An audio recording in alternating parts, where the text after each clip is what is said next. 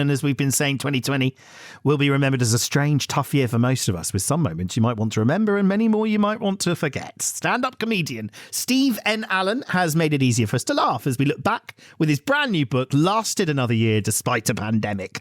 It's a collection of columns, stories and journals highlighting the real effects of this year. And Steve joins us now. Good morning to you, Steve.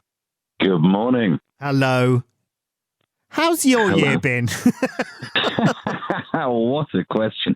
I mean, it's been much like everyone's year in that it's almost impossible to get your head around it. I mean, we're doing the best. We're coping. In fact, just the other day, I was listening to the radio and they had, the John Lennon song, Happy Christmas, War is Over, and he has the lyrics, and so this is Christmas, and what have you done? And it struck me, I thought, not much, John, but it's kind of not our fault this year. Some years, coping is enough. And that's where I was until I started to do, like I do every year. I take my newspaper columns and various pieces of writing that I've done through the year, put them into an ebook. And looking at this year's, it was nice to see some of the jokes that I've written, reminding me of the lighter times of it. But also, it's really odd to see the shape of the year actually get spelled out in such an actual way because I was writing in the moment all the time. Here's for a simple question. What's your favourite article from the year? When you look back through the book, what's the one that sticks out the most? Do you know what this is? This is not making me look like the cool stand-up comedian. This is the inner nerd, right? There's one that I wrote explaining exponential growth because I loved maths when I was at school, and I explained exponential growth because everyone was talking about it. It was the new phrase, and I managed to explain it by talking about what it would be like if you had to share your flat with way too many people. I think that's something that a lot of people can relate to, not having enough space. But yeah, so I did enjoy writing that one.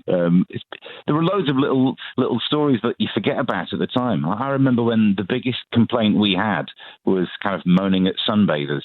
And then there was one article that I wrote, which was my first pint that I had when pubs reopened, because I stupidly back then thought that was it, and we were on the way out and everything was going to be fine there. I think we all did, didn't we? We all thought it was fine when we were eating out to help out and buying your drinks and all of that from the pubs, and then look what happened and look where we are now.